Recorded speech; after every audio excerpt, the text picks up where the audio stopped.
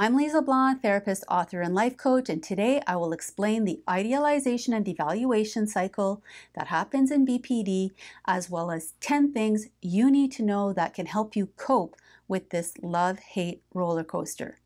Now, I'm not suggesting that you need to cope with it or that you need to stay in a relationship if it's not working for you, or certainly not suggesting that you need to work harder than you already are. But I get calls all the time from people who deeply love and care about someone with BPD. They don't want to end the relationship, but at the same time, it's destroying their psychological well-being, and they want to know how they can survive the demoralizing attacks and sometimes violent episodes that can be part of the devaluation stage. It's important to understand that the person with BPD's push-pull pattern or love-hate pattern is not an ill-intended, deliberate, or psychopathic method used to harm, punish, manipulate, or play games with you. And if you truly believe that they are purposely and maliciously trying to destroy you and that they have no empathy or remorse for their behavior, then it is likely that they are suffering from a different disorder or a concurrent disorder such as antisocial personality disorder. Okay, so number one thing to note is that their emotions are intense and they are genuine. Like with all of the cluster B personality disorders, the person with BPD starts by idealizing you, putting you on a pedestal, and showering you with constant love, affection, compliments, and doing incredibly thoughtful things that no one has ever done for you. This is referred to as idealization or love bombing.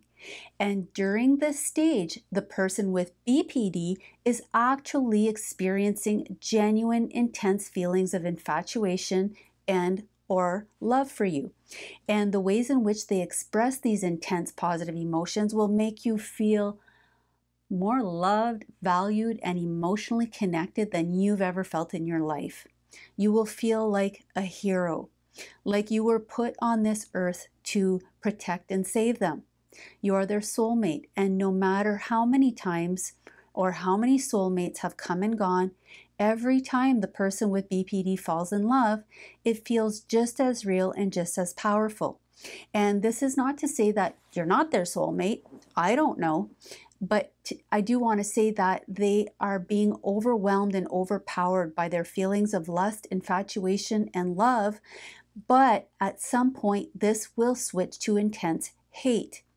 The devaluation stage is bouts of anger, depression, anxiety, shame, loneliness, and other types of negative emotions and internal pain that the person with BPD either internalizes or externalizes by lashing out at themselves or others, or doing both. So just as much as they might make you feel like the most loved person in the world, they can also make you feel like the most hated, terrible person as they discharge all of their negative emotions, often in the most cutting, hateful, and deeply personal ways you could possibly imagine. Number two, it's not their fault. The person with BPD is not purposely losing touch with reality, dissociating from you, or reacting strongly, dramatically, and primitively to situations. These symptoms are a result of structural and functional brain and genetic abnormalities. They are overwhelmed by life, by their emotions. They find it very difficult to cope with relationships and just with being human. They feel like they don't belong here. And as much as you want to protect them and prove to them that you are their safe person, that you can and will love them unconditionally, they will continue to push you, test you, rebel against you, lash out at you.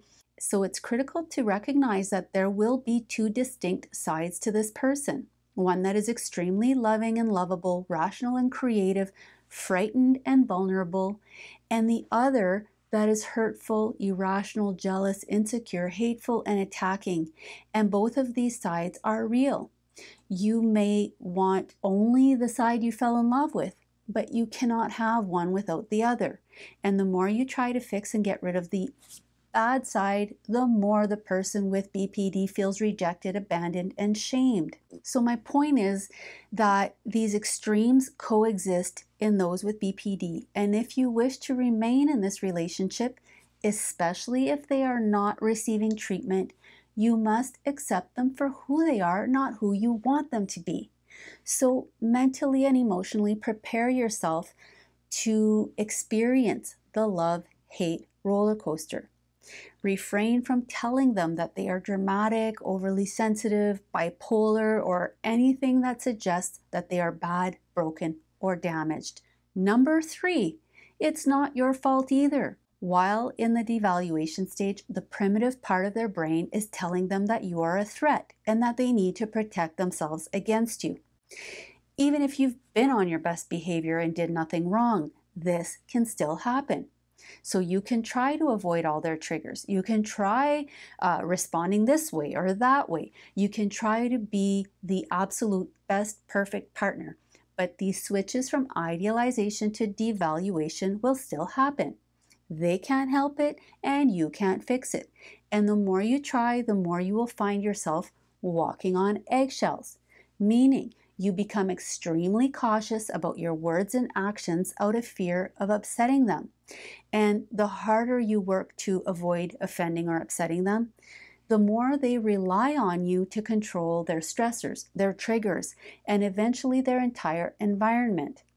The more they count on you for their emotional stability and sense of self. And also, when that happens, the more they see you as the source of their suffering when they are dysregulated. So as time goes on, you get so focused on trying to manage their triggers and their world and keeping them regulated that you lose yourself. So as much as you may want to believe or have been led to believe that you are their savior, their cure, you are not. These symptoms and cycles will happen regardless of what you do or don't do. It is very much a catch-22. So please go easy on yourself. Number 4, they feel very guilty and shameful. When the devaluation stage switches back to love, the person with BPD may act like nothing happened. And they usually shift back into a very loving state, back to the idealization state, and they do things to compensate for their behavior. But on the inside, they usually feel extremely guilty and shameful, which can lead to more destructive and self-harming behavior. Sometimes they feel so shameful that they feel the need to get away from you because they know they are hurting you and they feel unredeemable. Number 5, they know that something's wrong. They may not admit it, but the vast majority of people with BPD know that they have an illness, that something is going on with their mental health. Helping the person with BPD accept their diagnosis and treatment can be impossible, depending on things like the severity of their disorder, whether they have concurrent disorders, or even just where they're at in their journey. So don't push them to accept their illness or even to accept treatment, as it will likely be perceived as a threat. You may want to gently and compassionately try to expose them to information and guidance and hope that they relate to some of the information. And if they do accept their diagnosis, be sure to never use it against them. Don't use BPD as the cause of everything that goes wrong in your relationship.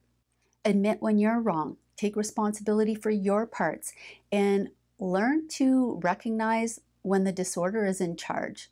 Just step back, stay safe, and focus on regulating your own emotions through the ups and downs that can be such an intense roller coaster. Number 6, the idealization devaluation cycle creates a trauma bond. People may judge you for being so devoted to someone who is so unstable and who can treat you so poorly during the devaluation stages. But most people don't understand the deep bond that is created towards someone who is so vulnerable, has so many challenges, and needs help. It's only natural to develop a strong bond with someone who idealizes you, who showers you with compliments, affection, kindness, and love. And what makes this bond stronger is the repeated stages of devaluation followed by positive reinforcement, known as the trauma bond. And this creates such powerful feelings and such a wild state of confusion. And your brain and heart are desperately trying to make sense of these cycles. As you try harder and harder to fix and solve the puzzle, you get more and more invested and attached, and the person with BPD counts on you more and more and holds you more and more responsible for their emotional safety and stability. And even if you know that this is not safe or good for you, you may feel it difficult to leave the relationship even if you want to. Number 7, their personal attacks on you are not personal. No matter how personalized they may seem, just know that they are fighting their own brain and nervous system. They are emotionally dysregulated for whatever reason. They may very well be perceiving you as the cause of their suffering. They may be just feeling it and projecting it out on you. So instead of taking responsibility, taking things personally, defending yourself, or trying to manage their emotional swings, just acknowledge and validate their perceptions and emotions as best you can. Even if you don't think they make sense, or you can't really put yourself in their shoes or fully understand what they're going through, you can see that their internal struggles are real and they are intense. But that doesn't mean you need to get sucked into it.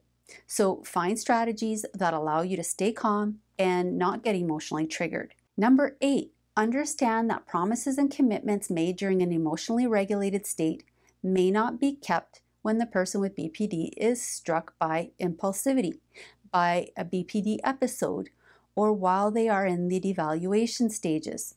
They may know their patterns and they might break up with you when their urges to engage in these destructive or harmful behaviors occur. Not always, but there is a possibility that they will betray your trust repeatedly.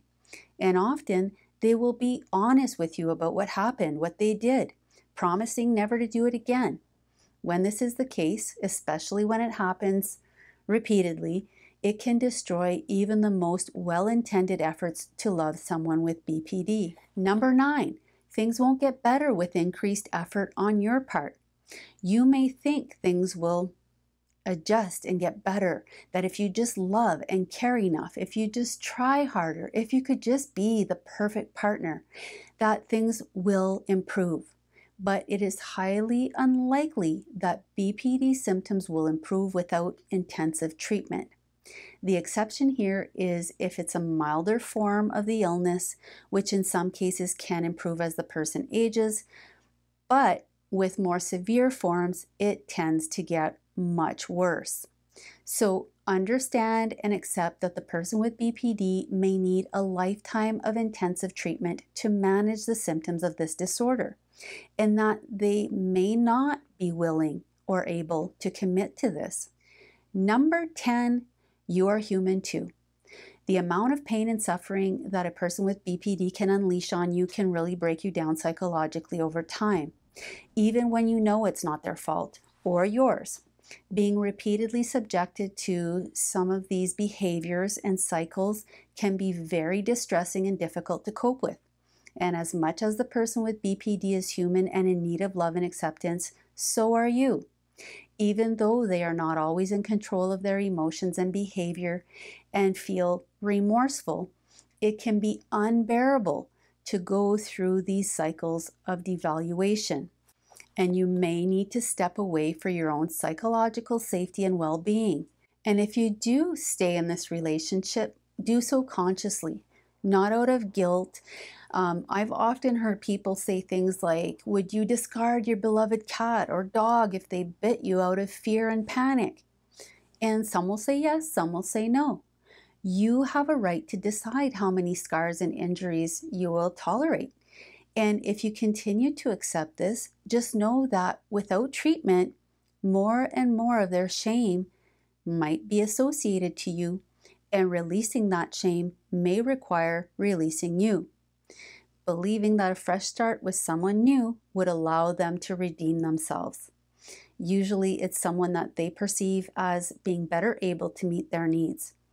But that is not the case.